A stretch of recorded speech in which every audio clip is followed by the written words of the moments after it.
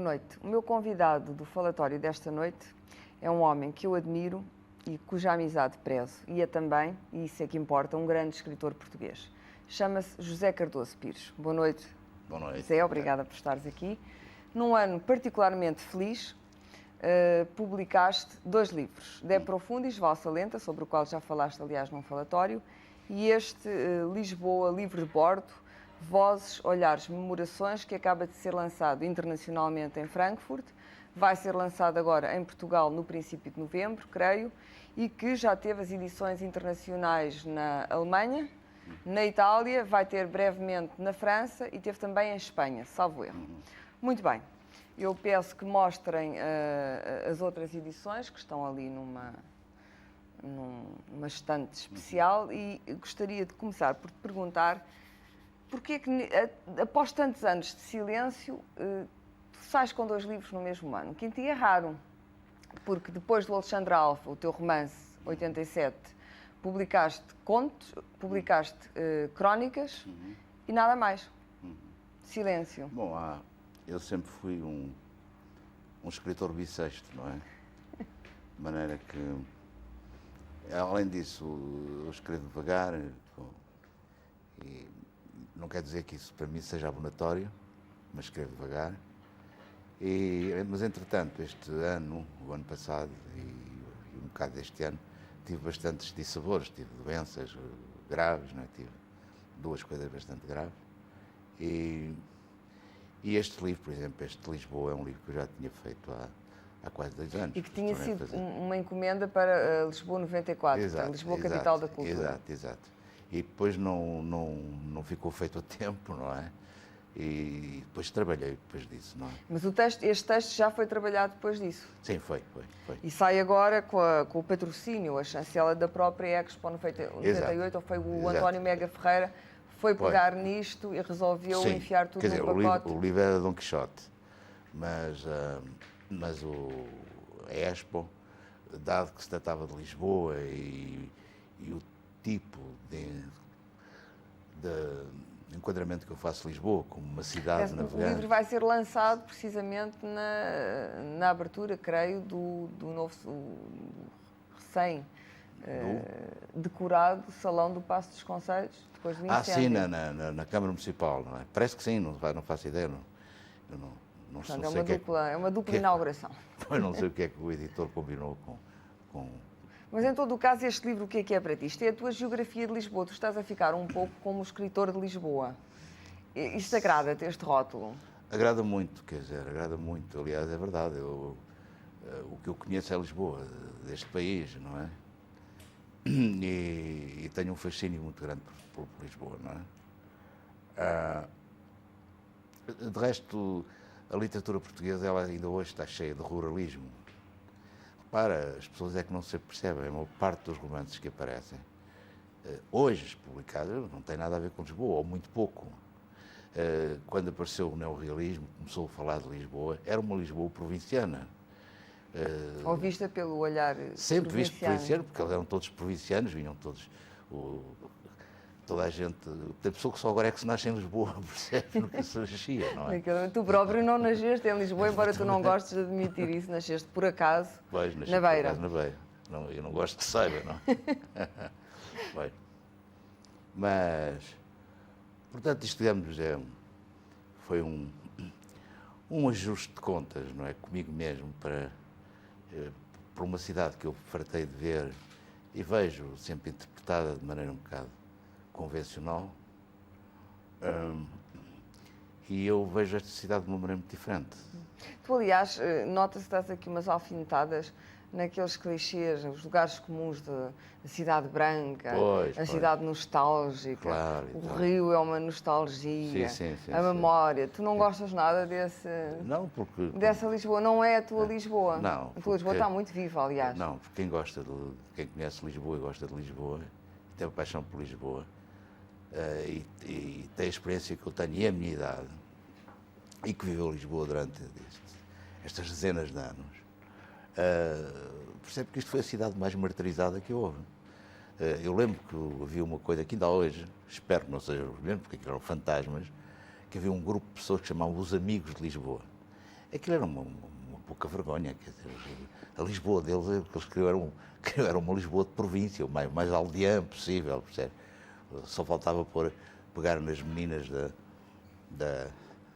daquela mulher do António Ferro, já não lembro o nome, que tinha Fernanda de Castro. a Fernanda de Castro, tinha as meninas da rua, ou não sei o quê, e eram os pupilos do seu reitor, percebes? Era fazer isto assim uma coisa.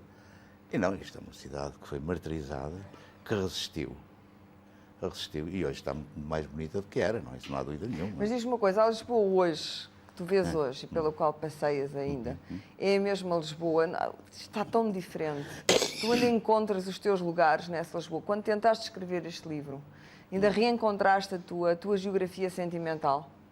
Sim, porque o que me interessa a mim não é propriamente a geografia urbana ou os enquadramentos, o que me interessa... Os teus lugares estavam intactos? O espírito do lugar. Tu, quando sais, é evidente que as coisas mudam. O que interessa é o espírito que permanece, o espírito tem uma evolução. O espírito não é imutável. O espírito do lugar não é imutável. De maneira, é como um exponencial geométrico, o espírito do lugar. E a sintaxe também de Lisboa. E quando digo sintaxe, digo a sintaxe urbana, quer dizer as relações que há entre a travessa e a colina e o mar, as relações, como é que isso tudo se constrói, como é que isso tudo se equaciona e como é que isso fala, essa sintaxe. A própria sintaxe da escrita lisboeta, que é muito típica e muito rara. Quanto a mim começou, por exemplo, a escrita lisboeta, começou justamente naquela idade que se chamou, que era uma época pobre, mas que foi daí que nasceu, na minha opinião, a chamada idade do jazz band, com que era todos jornalistas, o António Ferro e tudo mais, e onde aparece um grande escritor, esse sim, que é o Almada. O Almada aparece, o Almada Negreiros, e realmente ele tem a voz de Lisboa, aquela construção da escrita, aquele coloquial solto e largo, é excepcional. O Almada é um dos escritores mais importantes da nossa literatura. Para mim, na pintura, não é um dos pintores mais importantes, longe disso, mas está muito longe de Tu achas que literariamente ele foi posto um pouco de lado por causa do Pessoa? Ele interessou-se muito mais, porque percebes, interessa-se muito mais, vale mais pintar um quadro do que escrever 14 livros. Em termos bancários, é muito melhor, não é? Qualquer coisa vale mais do que escrever 14 Qualquer livros. Coisa, é verdade. Como tu mesmo muito bem sabes. Também é verdade, exato. Mas em todo o caso, a Lisboa de Pessoa interessa-te ou não? Relativamente. Depois temos exportado muito bem a Lisboa de Pessoa, que não se sabe muito bem qual é. Relativamente, não me apaixona, não é? Não me apaixona, aliás, é uma Lisboa muito contraditória, é uma Lisboa muito de desassossego pessoal e privado. De maneira que há coisas que ele vê muito bem, por exemplo, quando ele diz, ele nunca diz Cidade Branca, é a cidade das mil cores, mais ou menos isto, o que é verdade. E vimos, por exemplo, o que é que fizeram os arquitetos aqui há uns anos, um grupo de arquitetos que chegou ali à Escola Politécnica e pintou fachadas de cores diferentes. E foi uma maravilha. A cidade colorida agrada-te? Não, porque aquelas cores são as cores que foram cores lisboetas típicas. Não é o ocre só pombalino, percebes? Não, quando se tem a sorte de encontrar aquele tom, porque o que interessa é o tom, não é a cor, é o tom. Qual é o tom de Lisboa para ti? Se eu soubesse, mas olha, aqueles arquitetos fizeram aquela experiência e excepcionalmente aquilo. Tu achas que não é possível captar um único tom? É possível, mas eu não sou capaz de o definir, não é? Os vários tons que tem, não sei. Porque Lisboa, quanto a mim, eu não me quero meter muito nisto, porque eu não sou um especialista do assunto, mas é fácil de perceber que uma cidade de colinas, de quebras, tem refrações de sol e tudo mais. Quer dizer, o branco muda durante o dia uma quantidade de vezes, não é? Por vários brancos sucessivos. É sempre branco, mas em tons sucessivos de branco, por causa Mas também Lisboa não é só isso. Aliás, tu próprio escreves, Lisboa não é só luz e rio. Não é, claro que não. E a tua Lisboa noturna, sim. Tu, aliás, recuperas uma personagem tua, já nossa conhecida há muitos anos, que é o Sebastião Opus Night. Opus Night. Que tínhamos visto na balada, na Alexandra Alfa, que é uma das grandes personagens, é uma personagem noturna, não é? De deambulação noturna. E tu recuperas, há coisas que a tua personagem gosta e que tu não gostas e coisas que tu gostas e a tua personagem não gosta. Sim, claro, é verdade. Mas esta personagem não é o teu alter ego? Não, eu sabes que, quer dizer, eu quando as personagens... Não gosto muito da palavra alter ego, mas é assim um desdobramentozinho, não é?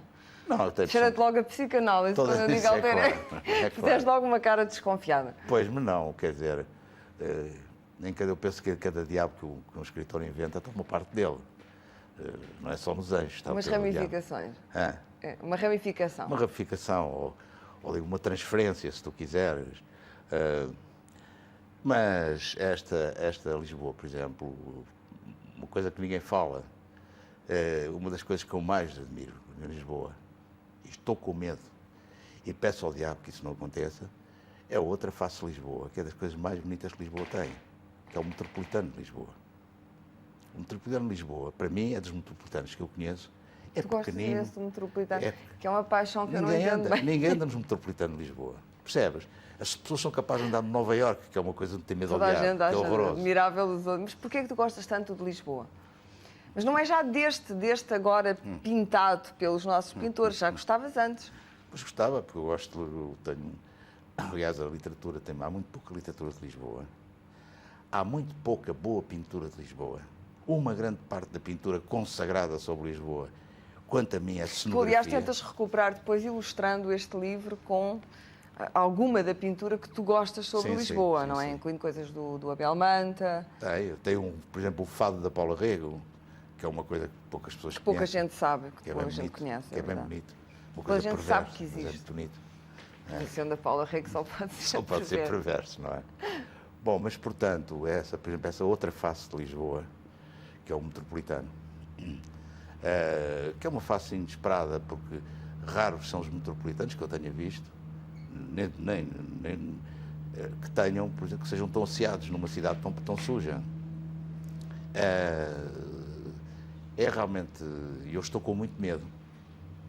Mas tens medo que estraguem o... Não, é que eu não tenho receio que o Metropolitano, não sei, eu não conheço quem é que está a dirigi-lo agora, e não tenho nada contra a pessoa, nem sei quem se trata, mas tenho muito receio que aquele espírito tenebroso que toca cá em Portugal, em toda a gente, que é o chamado pragmatismo económico, para que agora estar a gastar dinheiro em adornos, se a gente precisa do dinheiro para outras coisas?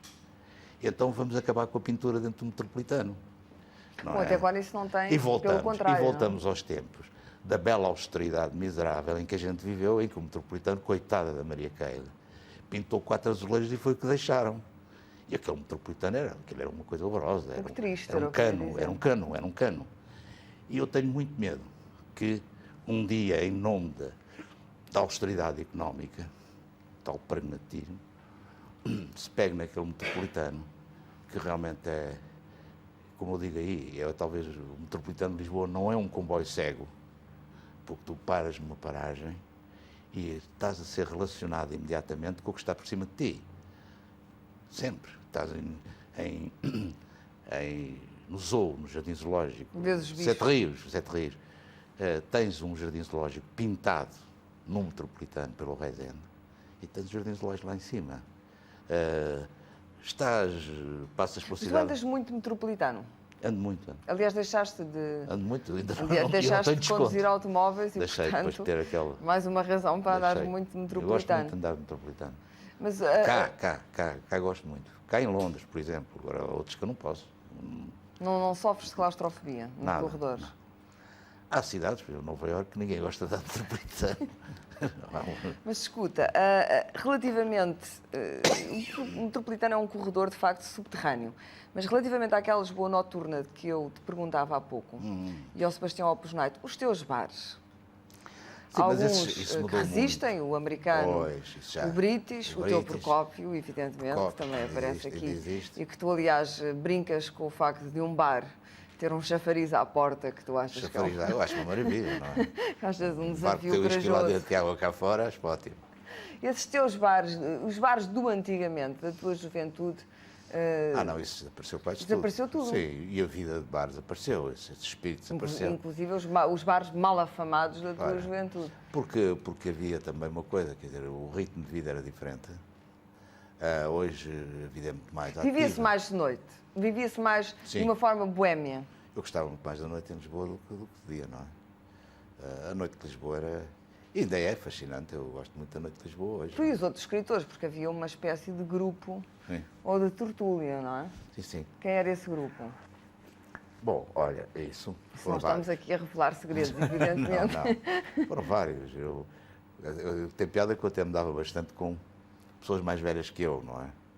O Zé Segurado, ou, por exemplo, o Bernardo Marques, por exemplo. Eu era muito mais jovem que o Bernardo Marques, mas eu encontrava-me com o Bernardo Marques frequentemente no British Bar, que era um bar que havia que desapareceu ao lado do English Bar. Mas aquele grupo, eu não andava muito, o grupo da minha noite, não era propriamente literário.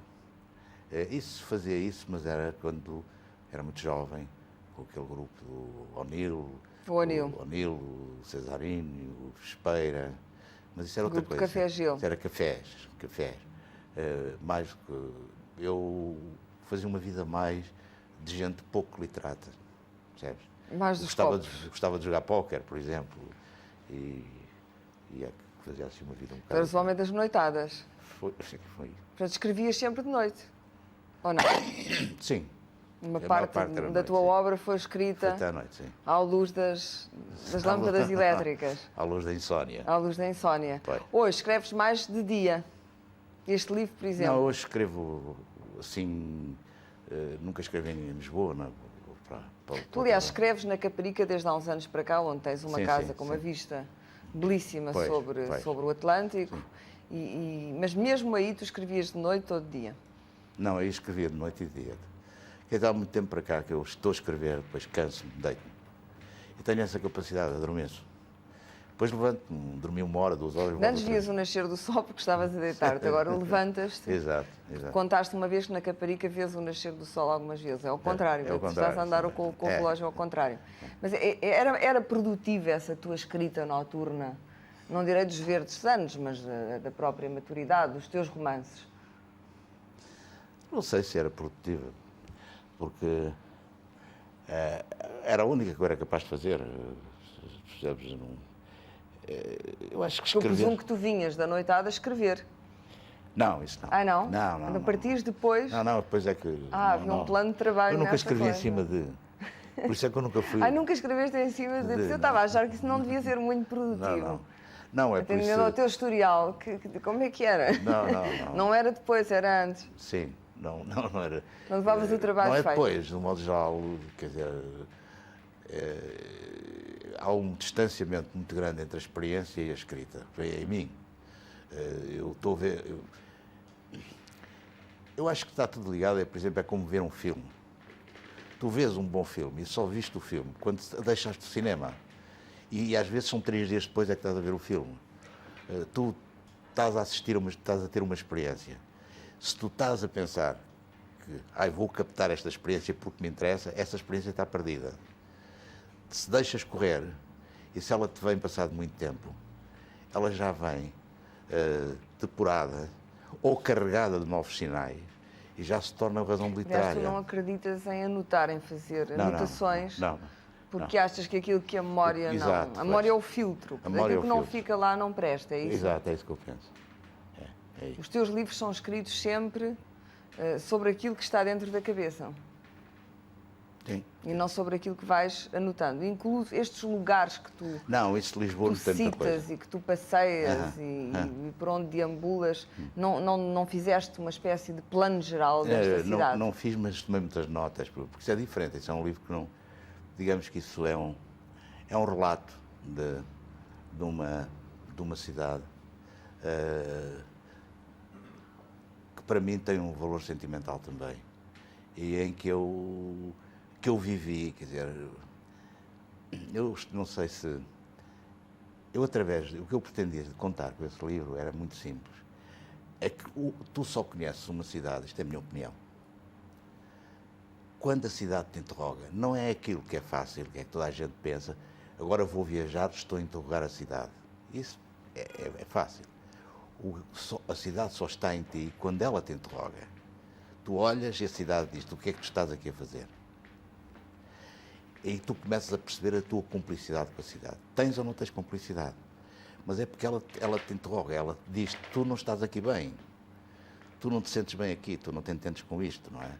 E quando a cidade interroga o indivíduo é quando ele está já cúmplice dela. E só se pode amar, seja o que for, quando se é cúmplice. Há uma cumplicidade necessária. Ver a cidade, sei lá, a vol do azul ou pelo guia turístico, isso é evidente que é isso. O que é um turista normalíssimo, como aquele pobre roteiro que o Pessoa quis fazer, que coitado, foi para ganhar dinheiro, evidentemente, eu percebo isso. Mas lá está, é sempre a mesma coisa. A pessoa chega e interroga a cidade. Ai, que prédio, porque é que este prédio é assim, porque é que será? Então veio o Tanner e diz aquelas barbaridades. Mas para isso é preciso tempo, não é? Para a cidade começar a interrogar-te, tens que habitar durante muito tempo. Não é? Claro, tens que aboborar dentro da cidade, daquele clima, tens que andar ali, isso é evidente. Bom, eu não queria ficar muito mais tempo sobre Lisboa, queria falar um pouco também dos outros livros e da Caparica e dos sítios onde escreve, mas não conseguirias viver, já viveste noutras cidades, viveste em Londres, Sim. onde lecionaste no King's College, viveste no Rio de Janeiro. Foi assim tão mau viver fora de Lisboa durante esses anos? Não, quer dizer, aliás, no Rio de Janeiro estive 7 meses só, senão em Londres é que estive anos, não é? Não foi, pelo contrário, eu gostei muito do Rio de Janeiro, por exemplo, uma cidade linda que eu adoro, e vou lá.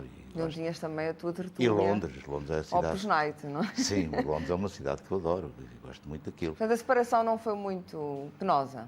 Não foi. Não foi um exílio? Não foi porque eu também vinha cá, não é? Quer dizer, eu não estava exilado, não é? Mas hoje conseguirias viver noutro lugar? Imaginas-te retirado no campo? Eu hoje penso que não. Penso que não. Isto é talvez uma cidade que tem muito pouco a ver com o campo. Isto parece incrível, mas porque repara, isto é uma cidade marcada ainda por ruralismo, como todas as cidades são. Londres, por exemplo, é uma cidade toda estudada sobre a plataforma rural. Tem uma quantidade... Várias aldeias. Tem várias aldeias, tem uma quantidade de designações, o Mew, aquelas coisas todas que eles têm, aquelas designações de ruas e tudo mais, que são de província, são rurais. Mas, portanto, ainda tem... A gente sai de Londres e não sente, no convívio com as pessoas, que parece que está nos arredores da cidade. Aqui, não há dúvida, parecendo estranho, porque isto... tanto ruralismo à volta disto. Lisboa tem um espírito de cidade. Mas parte desse ruralismo hoje são subúrbios. Tu viste, assististe ao crescimento. Hoje já não é. Dos subúrbios, não é? Mas repara mesmo, quer dizer, está-se na Amadora, que não tem, perdeu, não tem configuração citadina, nem pequena, nem burguesa, nem rural, de província, não?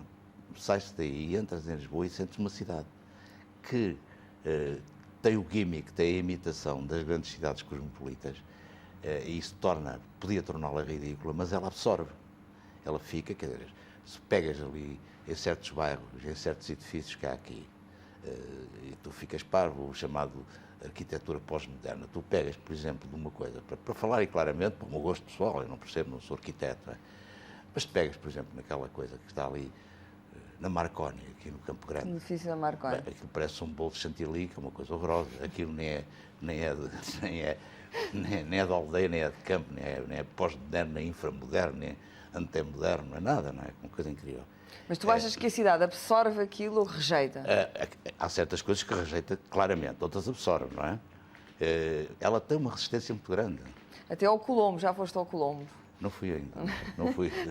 Que é outra cidade dentro da cidade. Não se percebe bem o que é que a cidade vai fazer ao Colombo, se vai absorver ou se vai rejeitar. Ainda lá não fui ao Colombo. Tu és frequentador de centros comerciais ou não? Pouco. Não aparece aqui nenhum? Pouco. Neste livro, pouco. És mais da rua? Eu não gosto de nenhum, não gosto de nenhum.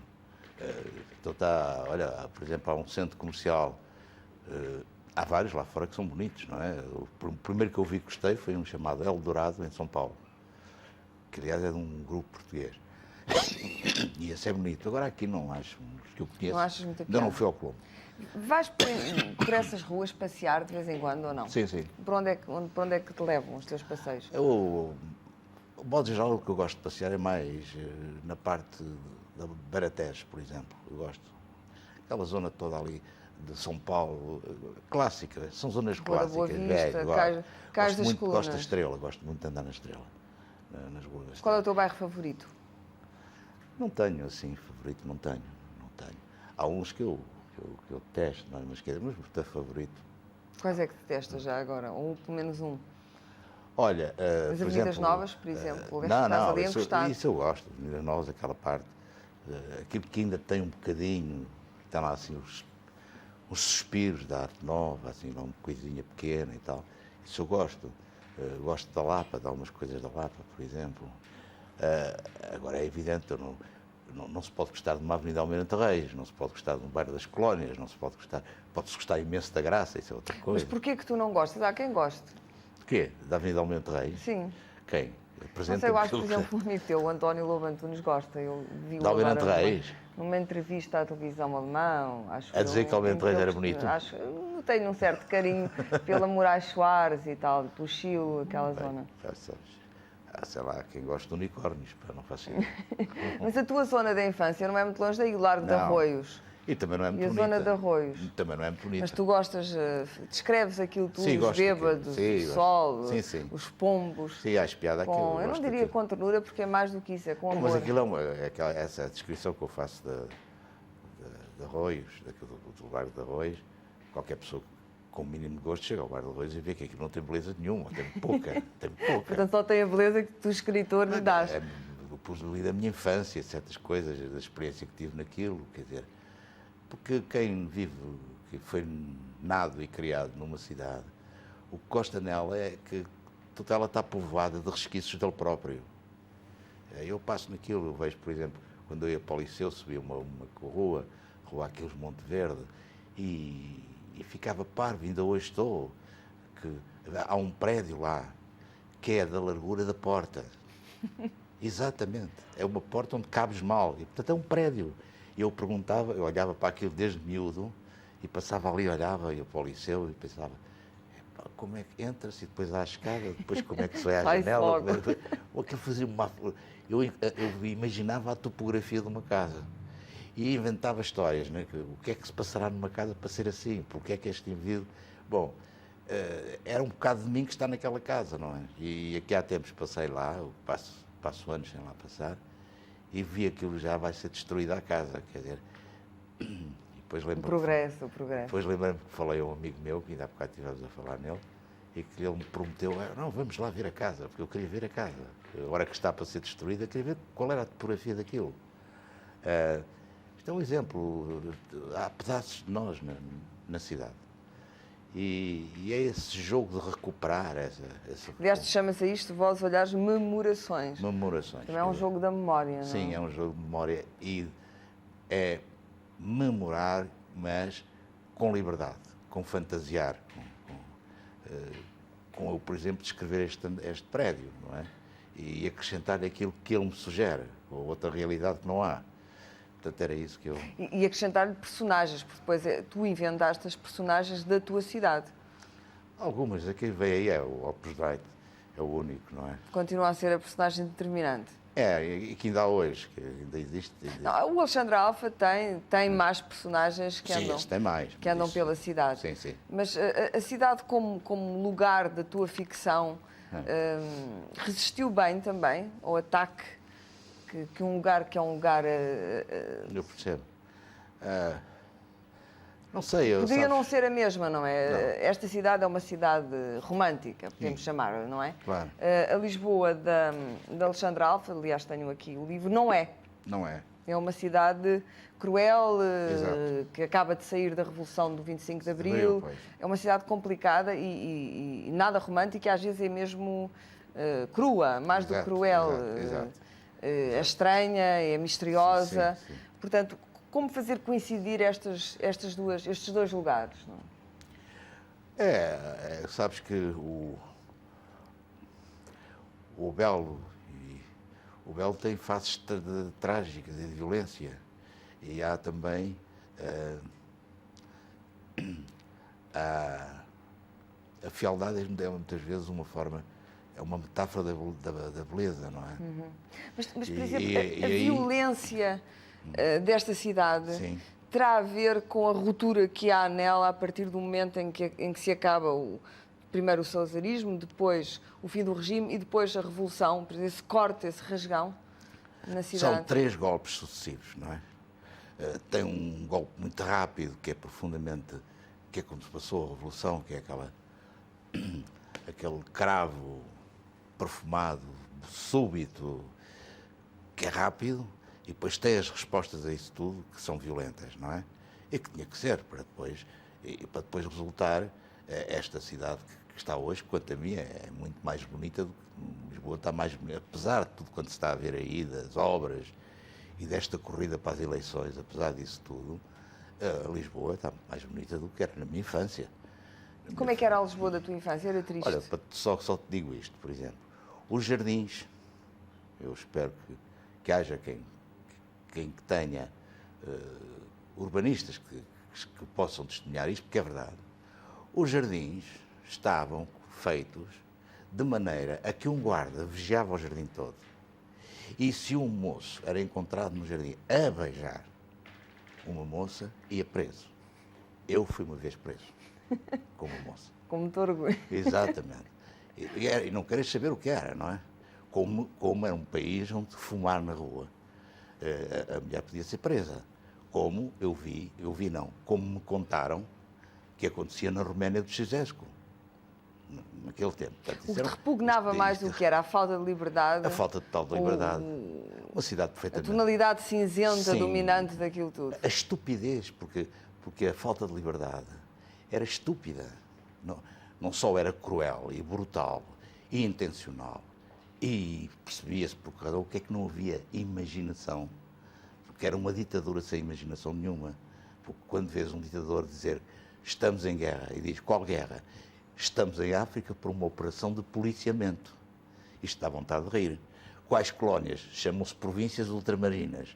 É evidente que quem tem que dialogar com o patrão desta força sente-se humilhado.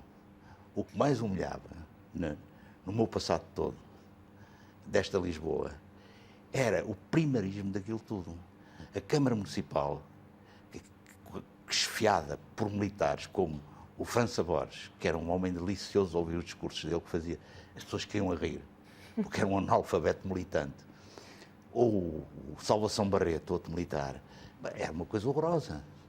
A Câmara de Lisboa, esta cidade, estava a ser tratada por homens de caserna. Percebes? Indivíduos de caserna. Tu já na altura eras sensível ao tratamento que eles davam à tua cidade? Claro que era, muito, desde miúdo. Mas tu quando eras meu pai, muito... toda a gente sabia isso. Quando não? começaste a escrever, vamos falar do José Cardoso Pires com 18, 20 anos, que quer ser escritor e começa a escrever umas coisas. Contaste-me mais do que uma vez que ias para a Caparica. Sim. Saías de Lisboa porque achavas que saindo de Lisboa já ias escrever. Claro, sim. Já tinhas o teu espaço de escritor. Sim, mas eu era muito jovem nessa altura. Mas porquê que tu achavas que tinhas que sair de Lisboa? Eu Pois, acho são curioso esse perguntas. movimento. Sabes que isso era na fase em que o indivíduo sefarda, quer estar fora do seu ambiente. E, portanto, eu sentia-me, quando podia, vinha para a Caparica, às vezes nem para a Caparica, às vezes era para Cacilhas, porque havia lá um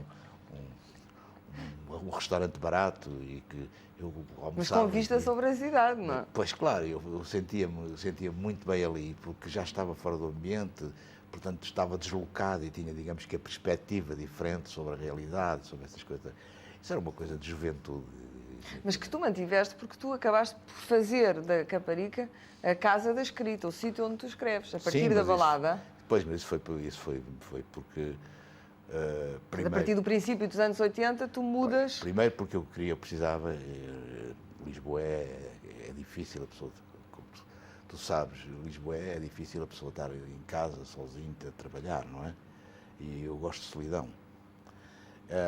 E depois, para ir, ou ia para o campo, e eu não gosto de campo, e tinha que ir para o mar, para o lado do mar. A outra banda, também não é assim tão bonito, que é que uma pessoa, que mar é que vê uma pessoa, né, daqui até Cascais.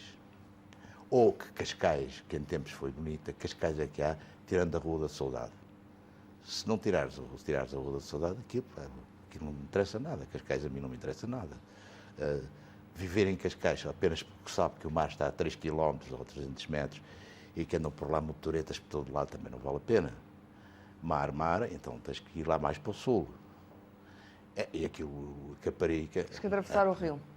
É mais barato, fica ali à mão e tal. Foi para aí, por isso que eu fui para a Caparica. Tendeste sempre para aquele lado, Para não aquele é? lado, É sim. curioso. Sim.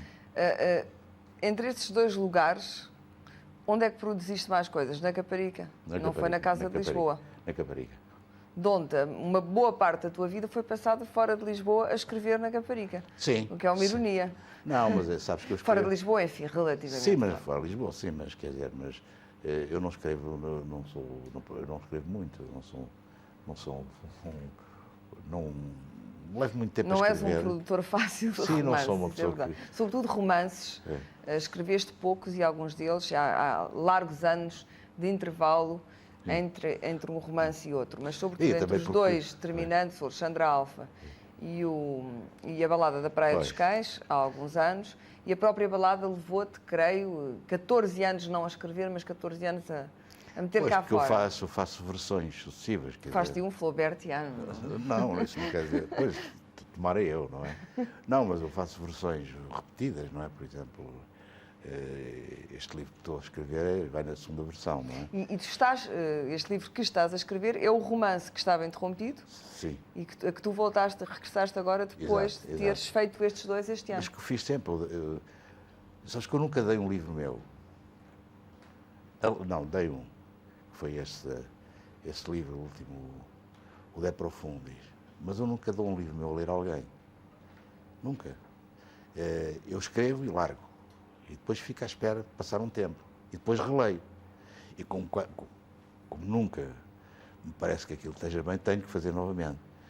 E, por exemplo, a balada tem duas versões totalmente diferentes. A primeira e a última, que são 3 versões que eu fiz da balada. Portanto, eu preciso de tempo de deixar as coisas... Quer dizer que as regras do mercado e as necessidades do mercado te deixam completamente indiferente. Isso não te preocupa? Tens toda a razão. Eu sou prejudicado por isso. És prejudicado...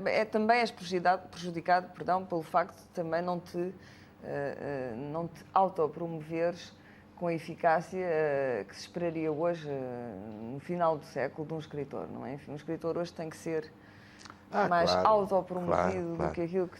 Claro, mas eu cheguei atrasado. Mais discreta das personagens. Mas eu cheguei adiantado. Chegaste atrasado. Não, cheguei adiantado. Chegaste adiantado. Pois chegaste atrasado. Ótimo, percebes? A coisa já era outra. Tens muito pouco jeito, tens muito pouca paciência para esse circuito. Sim, é verdade. Porquê? Massa até. Sim. Os seminários, os colóquios, o próprio circuito internacional, isso massa-te bastante. Lembro-me uma vez de uma... Quer dizer, não tenho paciência. Mas não sou eu, há muita gente assim. Tu viste-me ainda há poucos dias e viste que eu não andei por lá, o contrário, não é? Lá em Frankfurt. Mas eu ainda... cansa-me porque penso sempre que, erradamente, que não se ganha nada com isso. É um esforço sobre-humano, percebes? Como aqueles indivíduos, o chamado... o mundanismo intelectual, eu não acredito nele. E sei que é mentira, que vale a pena, o mundanismo vale a pena. Mas lembro-me sempre de coisas, como aqui há tempos, numa coisa fora do país, numa coisa de escritores. E depois, eu fui lá, que eu, no modo geral, não vou, mas fui, e havia mais escritores, não é? E então, de cada escritor, havia uma pessoa que falava e depois havia um ator, isto era em França, não é? Havia um ator que lia textos. Pegava num texto de um livro nosso, um ator francês, e lia um bocado. Chegou lá uma determinada pessoa que não tinha nenhuma tradução, portanto não estava traduzido em francês. E como não estava traduzido em francês, não foi lido, então ele falou. E contou o romance que ia escrever. Eu achei isto uma maravilha. Então contou em francês o romance que queria escrever. E fez uma espécie de resumo. Ficou arrumado. Quer dizer, isto é para veres que realmente isto ainda vale a pena ir a um Só isso, congresso esses pequenos pormenores é que te divertem. É a única coisa, o resto não vale a pena. Faz orelhas Aquilo mocas. aquilo não, o que é que aquilo adianta? Não A adianta. companhia dos outros escritores massa-te, ou massa-te ter que debitar Não, o que massa é... as inanidades sobre a obra, aquelas eternas perguntas e respostas, Exato, é isso. porque é que escreve, Não, isso é que cansa, não é? o que é escrita. Não, isso é o que cansa. É a mesma coisa que um jornalista perguntar, isso já tenho respondido, não é? Perguntar, então agora o seu livro o que é que custa? Eu disse, se eu soubesse... Isso normalmente é quando não se leu, Em 3 minutos, ajuda. claro, em 3 minutos, não escrevi um livro que me deu não sei quanto tempo antes a escrever, não é? É igual, isso é que me cansa. E depois não é, porque penso que aquilo tem o seu lado ridículo. Que tem o seu lado ridículo. A pessoa, o seu ego está perfeitamente ali a funcionar de uma maneira cómica, não é? O ego. Eu penso. Antes de entrarmos em diálogo, ou tu entrares em diálogo com as pessoas que quiserem telefonar-nos, o que eu queria perguntar é, esse livro já tem título? Não. Já tem Não. definição ou ainda estás numa fase de relançamento daquilo que já tinhas escrito? Não, este livro teve um título e que eu depois Como achei... calculas, há uma grande curiosidade sobre o teu próximo romance, não é?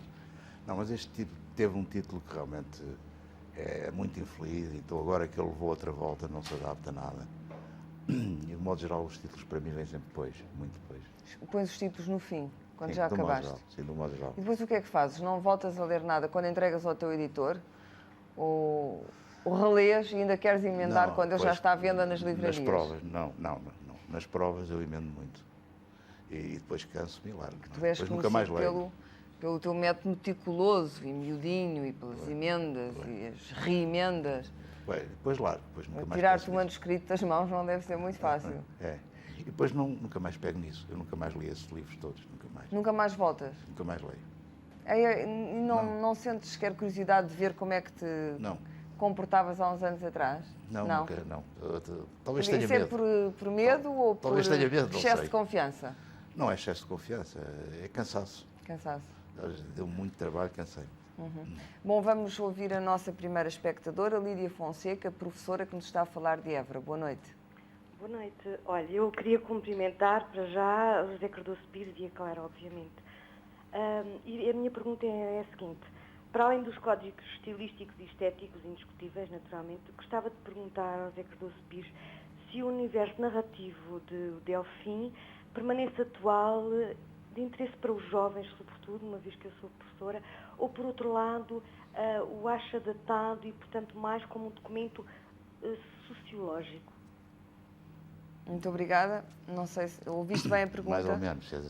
O universo narrativo do Delfim, se o consideravas datado, isto é uma professora, portanto refere-se aos alunos dela, ou se achas que ele continua a ter uma atualidade sociológica? Eu penso que toda a literatura só é válida, só é viva, a ficção, a literatura de ficção, quando ultrapassa a data. Ainda que ela venha datada, não é? Quer dizer, o universo narrativo, foi a expressão que eu ouvi, e é que me parece feliz essa expressão, não me parece ultrapassado, quer dizer, é um romance, talvez, um dos poucos coisas daquela época, não sei se haveria, mas é um romance de escrita aberta, por exemplo, uma obra aberta, não é? Portanto, não é... toda a sua estrutura é um bocado diferente daquela que estava em voga nesse tempo, não é? E que ainda hoje também não é assim muito frequente na nossa literatura, uma obra aberta. Se alguém sabe isso, és tu, conhece esse aspecto da literatura. O tema, evidentemente, não é datado, porque aquilo não é apenas o fim do ruralismo português, daquilo que eu chamei em tempos, o marialvismo e essa coisa. Não, é mais que isso. Há ali todo o problema penso eu, há o problema do crime e o não crime. Que outro dos temas que sempre te interessou, além Perdão? do jogo, há os teus temas Sim. chave, o crime é um deles, o jogo é outro. Exato. Aliás, tem-se uma peça que é o Corpo Delito na Sala de Espelhos, não é? Há a transferência ao paternalismo, os jogos paternalistas entre o criado, depois ao homem transformado num jogo quase shakespeariano, passo lá a imodéstia, não é? Mas o fulano que morre no coito, numa história que está carregada de sexo frustrado, desde ela até ao engenheiro, tudo aquilo, quer dizer, penso que são... há um conjunto de fenómenos e de valências que continuam, na minha opinião. A valer. Vamos ouvir o segundo espectador, Ricardo Daniel, músico, que está a falar da Alverca. Boa noite. Boa noite. Estou sim? Sim, pode fazer a sua pergunta? É o seguinte,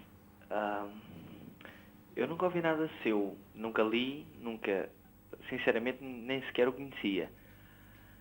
Mas estou a ouvir o programa e sinceramente gostei da sua maneira de falar.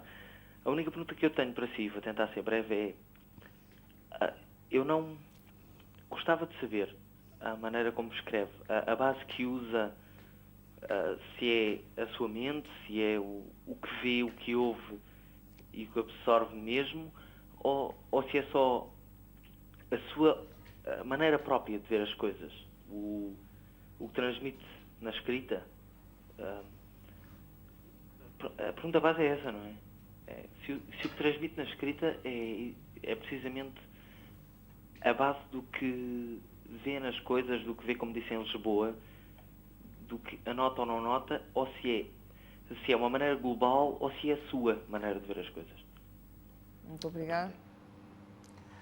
Bem, eu também sinceramente nunca ouvi a sua música, mas também não lhe faço a pergunta de como é que constrói os seus textos musicais. A verdade, eu só tenho uma resposta para a sua pergunta, é que se eu pensasse que tudo quanto eu escrevo não é uma visão, uma maneira própria, exclusivamente minha, de ver as coisas, eu não escrevia uma linha, porque então estava a repetir o modo de ver dos outros e não valia a pena.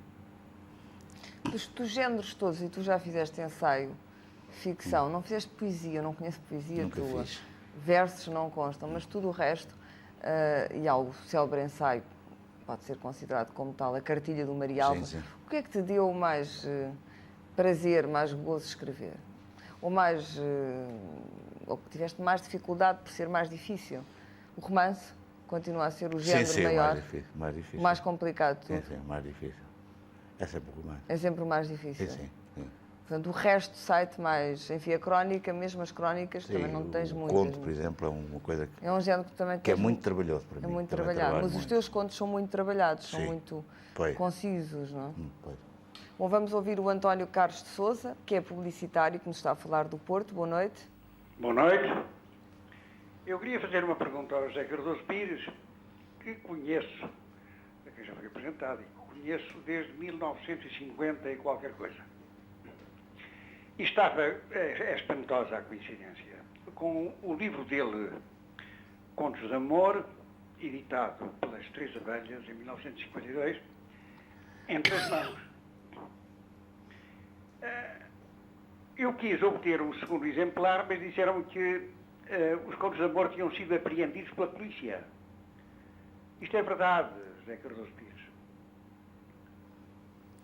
Sim, foi um livro que eu escrevi e pus no nome assim tão fraco, justamente para ver se passava à censura, não é? E não passou. De maneira que o livro foi apreendido e nesse mesmo dia eu fui preso também. E estive preso pela polícia política. Um dia e meio, quase 2 dias.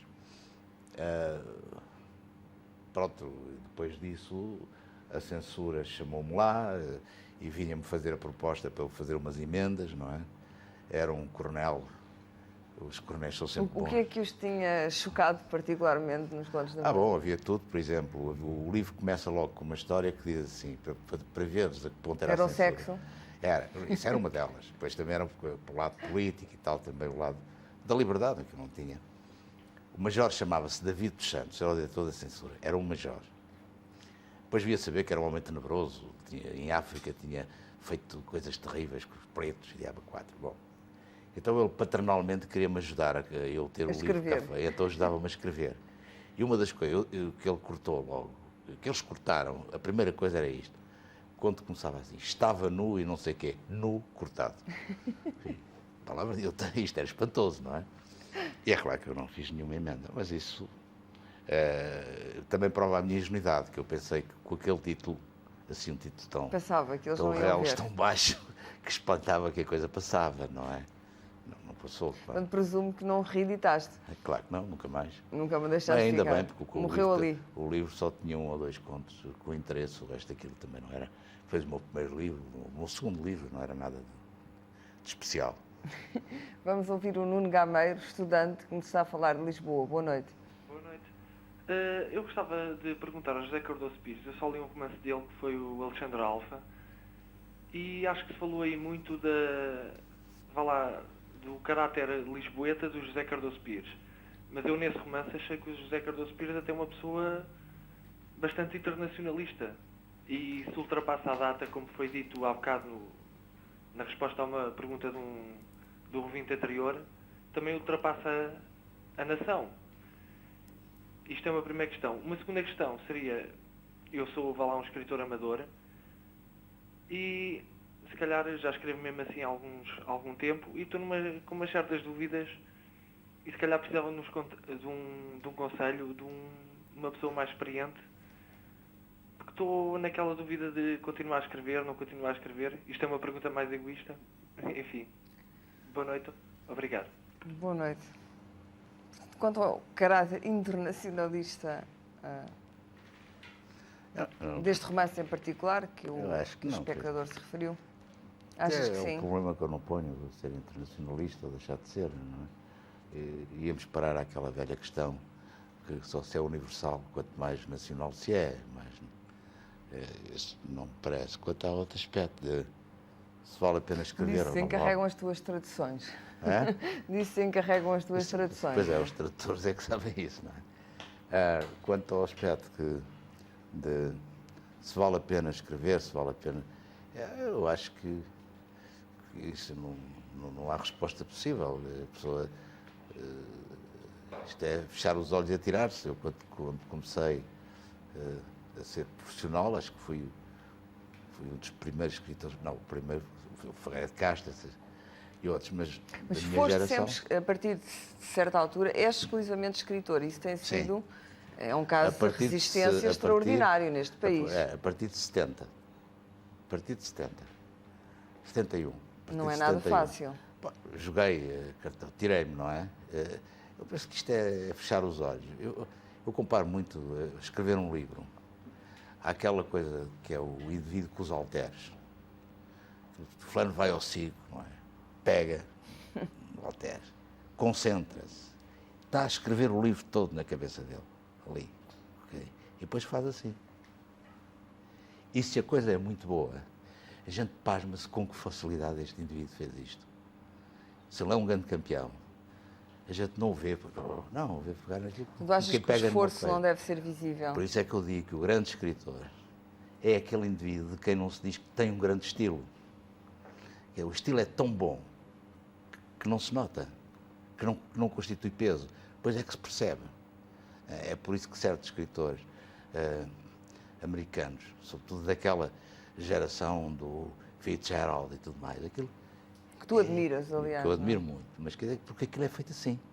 Parece que não custou nada, não é? Portanto, ou morre ou fica doido. Parece para quem não é da escrita, porque quem é da escrita acaba por reconhecer, não achas, o trabalho que está, acaba por ver, sim, não claro, só a carpintaria, mas o resto, não é? Claro, e também um indivíduo que sabe de halterofilia, por exemplo, quando vê um indivíduo fazer aquela coisa, quanto e depois é que aquilo fazer custa? Assim, e levantar, não sei o que, pensa logo que estilo que este tipo tem cá dentro, que este indivíduo tem, que capacidade, que jogo muscular, que capacidade de concentração, que história espantosa tem lá dentro, na cabeça, para fazer e levantar assim com esta ligeireza. E isso Deixa-te exausto de escrever, deixa-te cansado. Já falaste diversas vezes em cansaço. Do modo geral deixa. Do modo geral, eu penso que toda a gente, não é? Eu penso que toda a gente.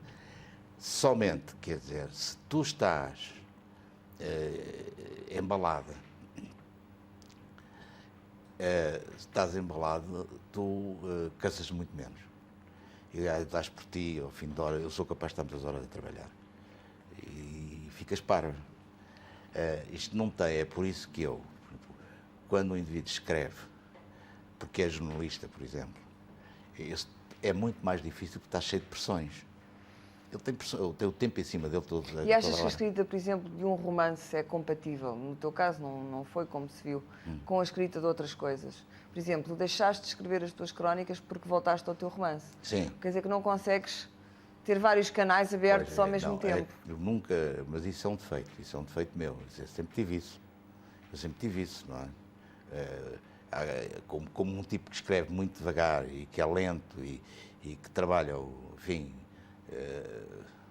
isso não quer dizer que o que ele produz seja bom. Um grande, um genial, um gênio, chamado Stendhal, escrevia um romance no mês. Aquilo era num instante. E editava-o. Naquele tempo editava-o. Estás a ver, quem me dera a mim, não é? E, portanto, que escrevia rapidamente, não é? Então não tem o facto de dizer, aquilo é muito bom, porque ele escreve muito bem, porque leva muito tempo a escrever e tal. Isso não é verdade nenhuma. Para mim, o escrever Os depressa... ritmos são diferentes conforme as pessoas. Exato. Escrever depressa ou escrever... O Balzac. O Balzac escrevia, era uma máquina de escrever. Caramba, era o Balzac, não é? Isso não quer dizer nada. Vamos, por cada máquina de escrever que assina Balzac ou Stendhal, tens uma porção delas que nunca deveriam ter assinado nada. Claro. Portanto, são mais a exceção do que a regra, porque a regra é sempre o trabalho e não a alegria. Não? Claro. Escrever não é propriamente um caso de alegria no trabalho. Bom, mas infelizmente temos que acabar aqui o programa. Uma pergunta muito, muito breve e muito elítica, a que gostaria que desse uma resposta também muito breve, visto que já acabámos o nosso tempo. Como é que tu gostarias que a famosa posteridade, porque a posteridade existe em literatura, quer a gente queira, quer não, te inscrevesse lá? Com que letras? Bom, eu penso que o sonho da posteridade é uma bela desculpa para os falhanços.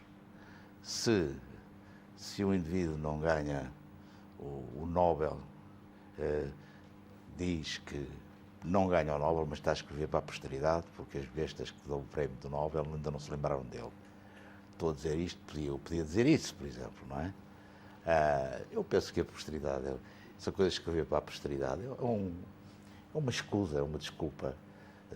Não te interessa nada? Não me preocupa nada. Quer dizer, eu penso que se eu escrever bem, vai durar um tempo. Quanto tempo dura, não sei. Isto não te inquieta? Não vou justificar os meus desastres com a posteridade. Com a posteridade.